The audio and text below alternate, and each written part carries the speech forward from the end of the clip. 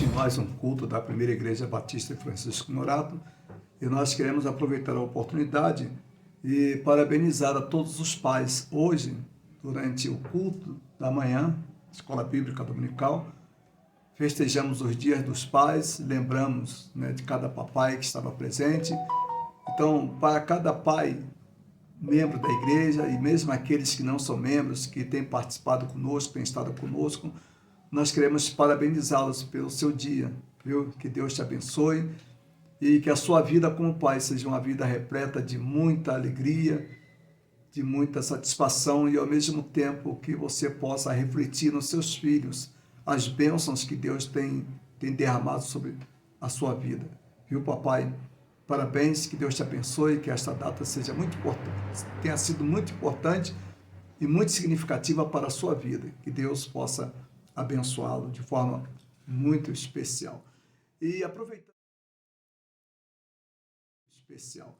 E aproveitando a oportunidade, eu gostaria de pedir a todos que não se esquecessem de dar um like no nosso culto. Dê um like, isso é muito importante para nós. Além de dar um like, eu gostaria que você também compartilhasse esse culto. Principalmente hoje, um culto especial em homenagem aos papais.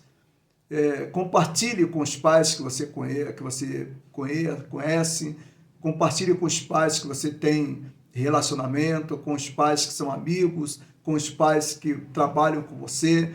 Isso é muito importante. A gente gostaria que você desse um like. Você não sabe da importância que tem o like nos nossos cultos. Na semana passada, depois de 2, 3 dias, a nossa visualização subiu assim de forma extraordinária. Mas eu gostaria de pedir, dê um like no nosso culto, e além de dar um like no nosso culto, também você procurasse compartilhar esse culto. Compartilhe. Se ele é uma bênção para a sua vida, então compartilhe este culto.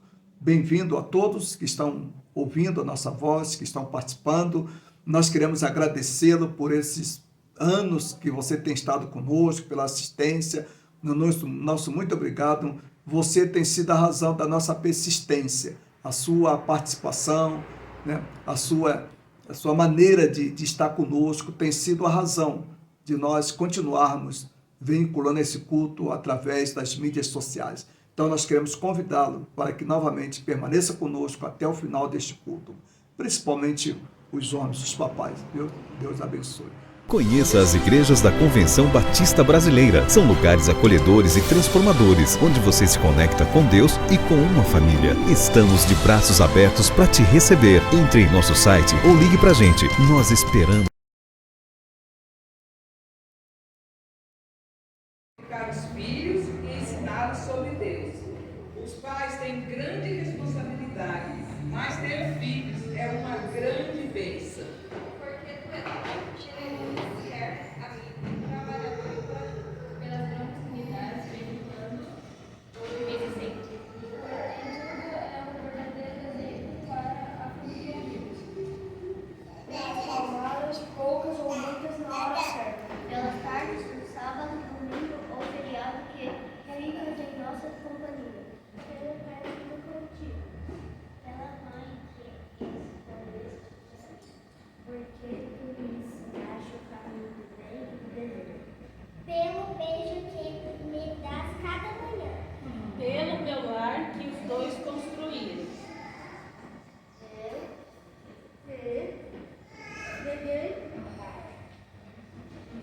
Nós te agradecemos, Papai do céu, e te pedimos que abençoe ricamente nosso papai, hoje e sempre. Amém. Feliz Dia dos Pais.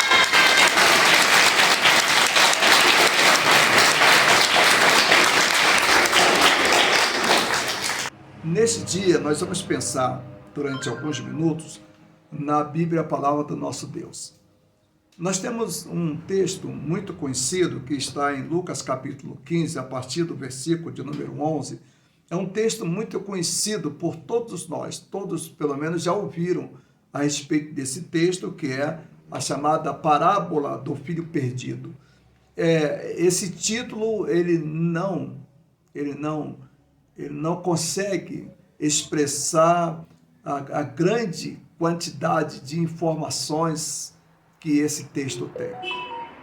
A colocação do título como a parábola do filho pródigo, ela não consegue expressar as dimensões de riquezas que esse texto traz para todos nós. Então, eu gostaria que você prestasse atenção, estivesse atento aí no texto, e nós vamos pensar nesta ocasião, o nosso foco vai ser os pais, ou o pai, você como pai, eu como pai. Essa parábola, na verdade, quando nós interpretamos essa parábola, a primeira ideia que vem na nossa mente é que esta parábola, ela retrata a relação de Deus para conosco, né? Deus, através do Pai representado, e cada um de nós representado por aqueles 2 filhos. Na verdade, a gente não pode, temos dificuldades razoáveis para alegar que um filho pertence a um grupo de pessoas e o outro filho pertence a outro grupo de pessoas. Então, aquela nossa mania, né, de fazer as classificações, quando nós fazemos isso nesse texto, na verdade, ele perde um pouco, ele se empobrece, às vezes por essas interpretações que são razoáveis, mas elas não trazem no seu bojo tudo aquilo que o texto tem de riqueza para nos ensinar, para a nossa trajetória como pai, para a nossa trajetória como filho, para a nossa trajetória como membro do reino de Deus, como membro da família de Deus. Então, esse texto, ele precisa ser olhado, ele precisa ser contemplado, ele precisa ser examinado nas suas mais variadas formas e também nos seus mais variados ensinamentos que tem para todos nós. E aí o texto diz assim: e Jesus continuou, o homem tinha 2 filhos. O filho mais jovem disse ao pai: quero a minha parte da herança, e o pai dividiu seus bens entre os filhos. Alguns dias depois, o filho mais jovem arrumou as suas coisas e se mudou para uma terra distante, onde desperdiçou tudo que tinha por viver de forma desregrada. Quando o seu dinheiro acabou, uma grande fome se espalhou pela terra, e ele começou a passar necessidade. Convenceu um fazendeiro da região a empregá-lo. Esse homem o mandou a seus campos para cuidar dos porcos. Embora quisesse saciar a fome com as vargens dadas aos porcos, ninguém lhe dava nada, ou ninguém lhe dava coisa alguma. Quando finalmente caiu em si, disse: até os empregados de meu pai têm comida de sobra, e eu aqui estou morrendo de fome. Vou retornar à casa de meu pai e dizer: Pai, pequei contra o céu e contra o Senhor, e não sou mais digno de ser chamado seu filho. Por favor, trata-me como um dos seus empregados. Muito bem. Essa é a primeira parte da parábola. Filho que se retira, o filho que pede para o pai, o filho que vai viver longe da família, e a Bíblia diz que ele gastou tudo que ele tinha, ele pediu ao seu pai os bens que ele achava que era dele, pelo fato de ser filho. O pai tentou convencê-lo, tentou mostrar que ele não precisava daquilo e que ele deveria continuar ali na casa, fazendo parte daquela família. Mas ele disse: olha, não, chega, eu não tenho mais condições de viver aqui, agora eu vou viver a minha vida, não quero mais viver debaixo das suas orientações. A única coisa que eu quero é os bens que me pertencem, só isso. O restante eu vou seguir a minha vida. E aí aquele jovem seguiu. Agora vem a segunda parte da parábola, que é, para mim, a parte mais emblemática e a parte com maior número de ensinamentos e de lições para nossas vidas. Principalmente nós como pais. Os ensinamentos são riquíssimos, porque a partir de agora nós temos aquilo que nós chamamos de confrontos conosco mesmo. Confrontos com a nossa condição de pai, a nossa posição de pai, o nosso desejo de agir como pai e até mesmo o estilo de vida de pai que normalmente o mundo ocidental leva e que nós, como fazemos parte dessa cultura, também estamos inseridos dentro dessa cultura. E ouça bem, o texto, na verdade, o texto, claro que ele está se retratando a cultura da época, mas o texto ele não se esgota aí. Em qualquer situação que nós estejamos, em qualquer cultura que nós estejamos, esse texto, a Bíblia, a palavra de Deus, sempre tem coisa a nos informar e sempre tem coisa a nos dizer. É o que nós vamos ver agora. Agora nós entramos na parte mais dramática, na parte mais emblemática, na parte mais complexa do texto, e eu também digo que na parte mais rica em ensinamento para todos nós. Então vejamos. E aí diz, a partir do versículo de número 20, então voltou para a casa de seu pai, quando ele ainda estava ao longe. Estava longe, seu pai o viu, cheio de compaixão, correu para o filho, o abraçou e o beijou. O filho disse, pai, pequei contra o céu e contra o Senhor, e não sou mais digno de ser chamado seu filho. O pai, no entanto, disse aos servos, depressa, tragam o melhor da roupa da casa e vistam nele. Coloquem um anel no dedo e sandálias nos pés. Matem o novilho gordo, faremos um banquete e celebraremos. Pois este filho meu estava morto e voltou à vida. Estava perdido e foi achado. E começaram a festejar. Enquanto isso, o filho mais velho trabalhava no campo. Na volta para casa, ouviu a música e a dança. E perguntou a um dos seus servos o que estava acontecendo. O servo respondeu, seu irmão voltou e seu pai matou um novilho gordo, pois ele voltou são e salvo. O irmão mais velho se irou e não quis entrar. O pai saiu e insistiu com o filho, mas ele respondeu, todos esses anos tenho trabalhado como um escravo para o Senhor. Eu nunca me recusei a obedecer às suas ordens. O Senhor nunca me deu nem mesmo um cabrito para eu festejar com meus amigos. Eu vou parar por aqui, depois eu continuo as explicações desse texto. Esse texto 29 é o texto-chave para a nossa meditação. Não basta ser pai, não basta ser filho, não basta ter filhos. Infelizmente, nós vivemos numa sociedade em que a massificação, a cultura da massificação, ela não ficou restrita somente ao consumo, mas ela também volta-se para a nossa convivência como família, como ser humano, e também como pai, principalmente como pai.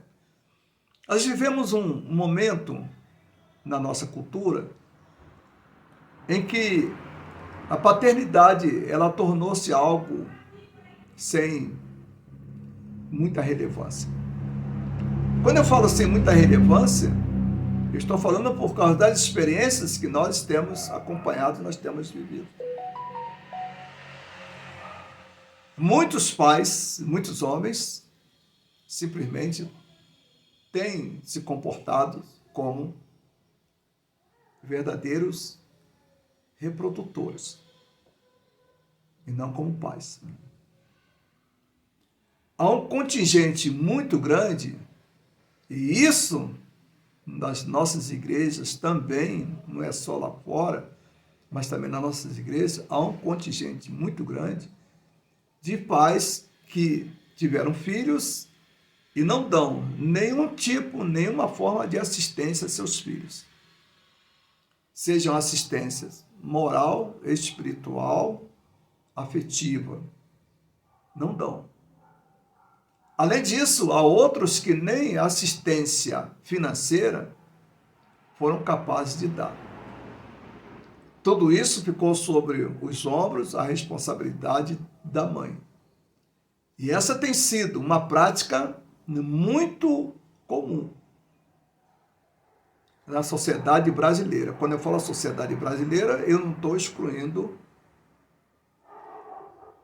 a igreja. A igreja de Jesus também passa por isso e é muito comum. Nas nossas igrejas, a gente ter pais que têm filhos mas não são pais. Foram simplesmente produtores de paternidades irresponsáveis. Infelizmente, é isso que ocorre.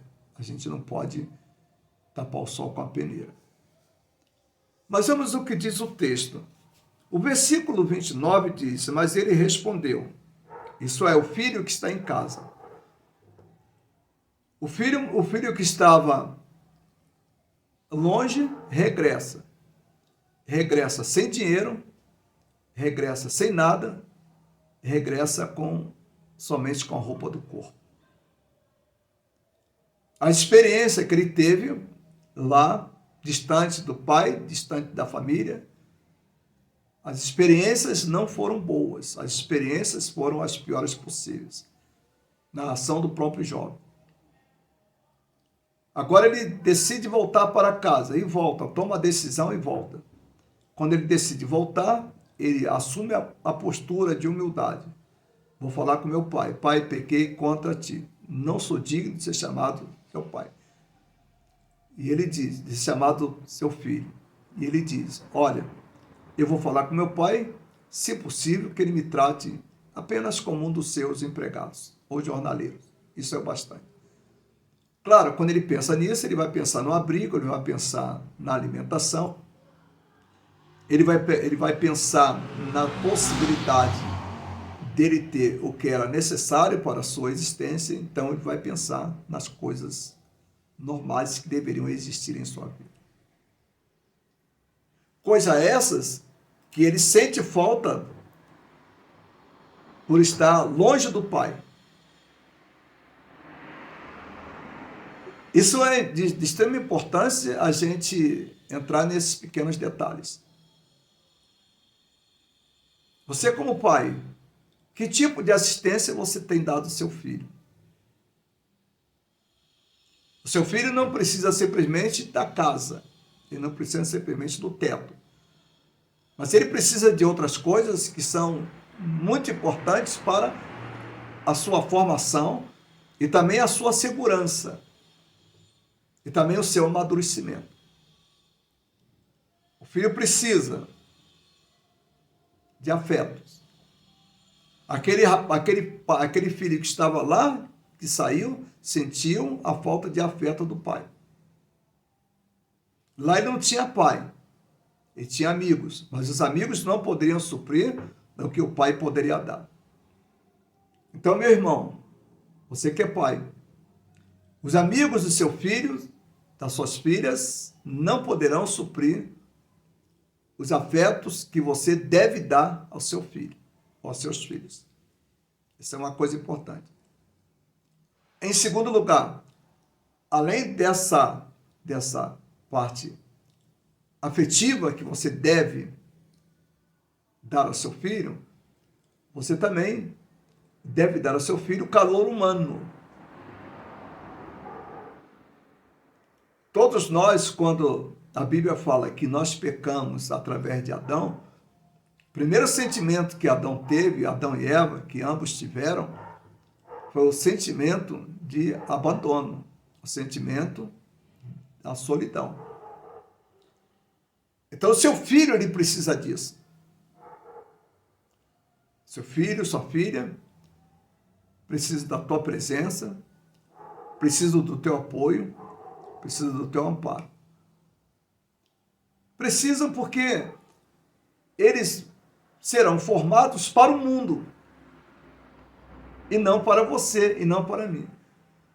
Veja o que aconteceu com o filho mais novo. O filho mais novo, ele vai para o mundo, mas ele não estava amadurecido para enfrentar o mundo. Na vida daquele pai, faltou esta condição, a condição de preparar o filho para o mundo. Ele preparou o filho para estar dentro de casa, ele preparou o filho para estar junto dele, mas ele não preparou o filho para o mundo. Isso é muito importante. Você tem preparado seu filho para o mundo? Ou você tem preparado seu filho para ficar eternamente na sua casa? Há um momento, há o número de anos que esse filho, essa filha precisa estar junto com o pai, junto com a família, para poder amadurecer, para poder fazer enfrentamento das lutas, enfrentamento dos embates que terão quando saírem de casa, quando forem para o mundo.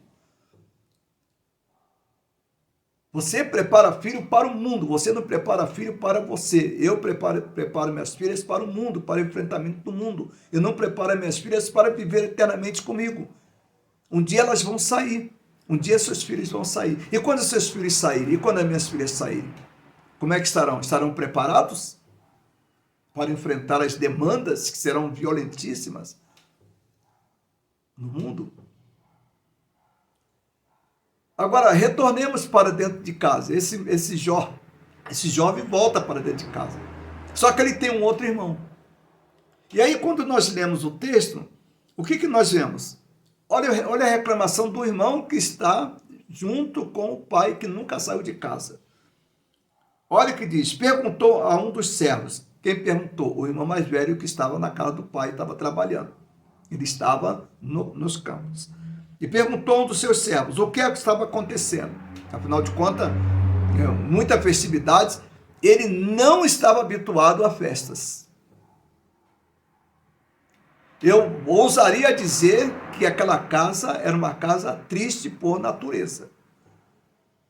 E aí eu vou dizer para vocês o porquê que o texto revela isso nas entrelinhas.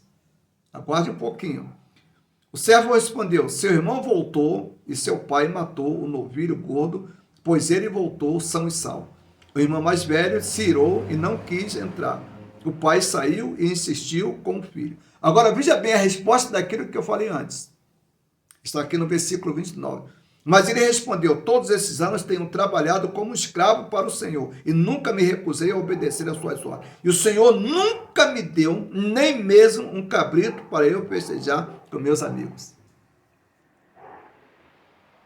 Olha, esses versículos, ou esse versículo, ele está aqui, não é para enfeitar. Esse versículo, ele está aqui para chamar a minha atenção, para chamar a atenção de você que é pai. Que estilo de vida você tem vivido? Há coisas que são importantes na nossa vida, nas nossas vidas. Mas elas têm que merecer o devido lugar, o momento apropriado. O que nós compreendemos aqui? Nós compreendemos aqui que a vida daquela família era simplesmente trabalhar, trabalhar, trabalhar. Tudo indica que aquele pai, ele tem uma estrutura de uma pessoa, um capitalista, extremamente preocupado só com os bens materiais. O versículo de número 29 revela perfeitamente isso.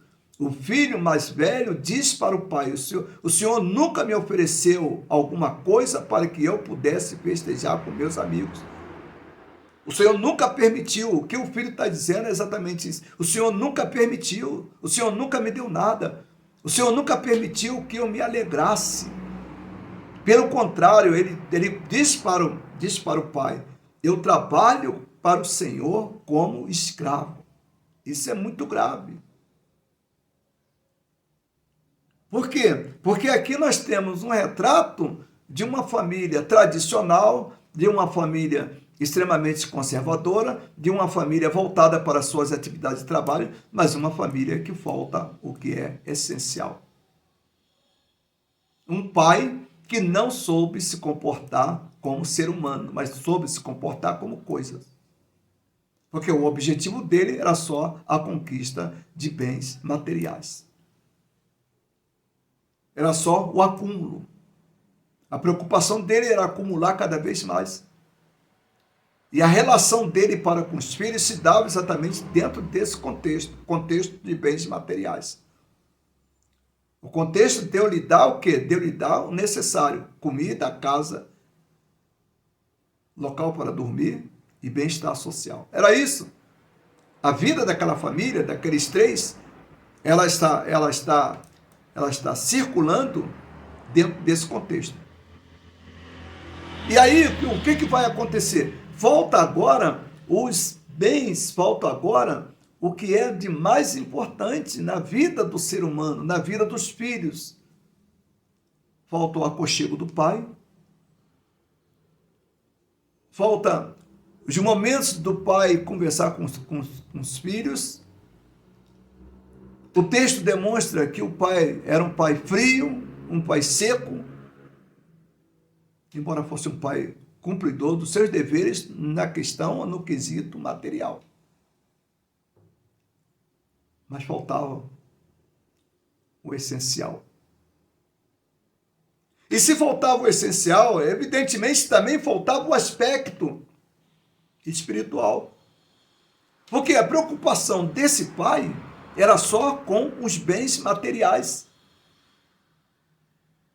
Ele queria que seus filhos tornassem a sua imagem e semelhança no trabalho. Vamos trabalhar. Não tinha tempo para sair, não tinha tempo para festejar, não tinha tempo para nada. O tempo era só de trabalho. E aí, a assistência dada aos filhos era na base dos bens materiais.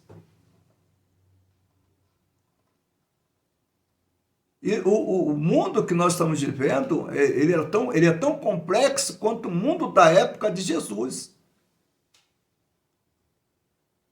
Dizer que o mundo da época de Jesus era melhor do que esse, isso não procede. Dizer que esse momento que nós vivemos é melhor do que a época de Jesus, não. As demandas humanas, elas existiram e elas existem em qualquer momento da história da humanidade. E o mundo que nós estamos vivendo também é um mundo que deixa bem claro as dificuldades que os nossos filhos têm conosco, com o Pai. E agora uma palavra muito especial, sem o objetivo de melindrar ou de deixar alguém profundamente irritado. Você que tem filhos do primeiro casamento e tem uma família constituída no segundo casamento, a sua responsabilidade é maior do que aquele que casou e permanece com uma esposa só. Por que a sua responsabilidade é maior? Porque você deve e tem a obrigação, você tem o dever bíblico de se esforçar também para atender aqueles filhos ou aquelas filhas que são frutos do primeiro relacionamento. Essas crianças, esses filhos, eles não tiveram culpa do desencontro que você teve com a sua primeira esposa ou que você teve com o seu primeiro esposo. E elas não podem ser vítimas desses nossos desencontros. Portanto, a sua responsabilidade é porque você tem que dar assistência a ambos. Você tem que dar assistência ao seu filho do primeiro casamento, seus filhos do primeiro casamento, e você tem que dar assistência aos seus filhos do segundo casamento. E essa assistência ela tem que ser de qualidade igual. Porque se você não procede dessa maneira, você está juntando brasas vivas sobre a sua cabeça.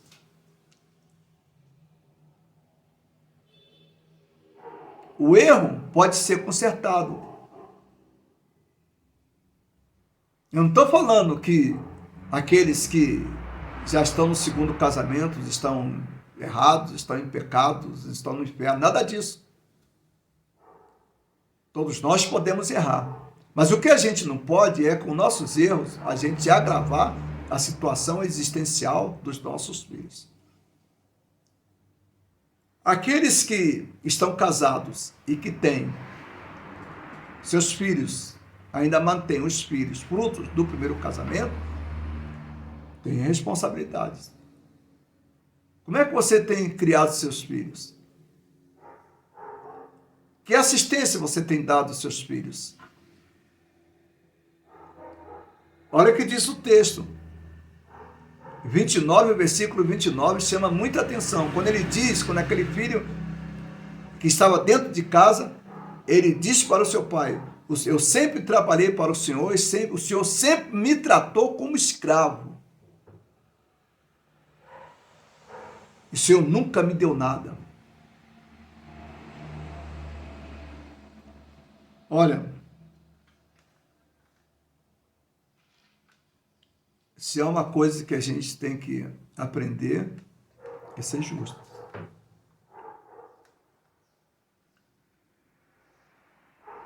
Se os nossos filhos trabalham para nós e fazem um trabalho que a gente teria que pagar para alguém fazer, esse filho, ele é merecedor do salário que a gente daria ou da gratificação que a gente daria àquela pessoa que cobraria para fazer o serviço que o filho está fazendo.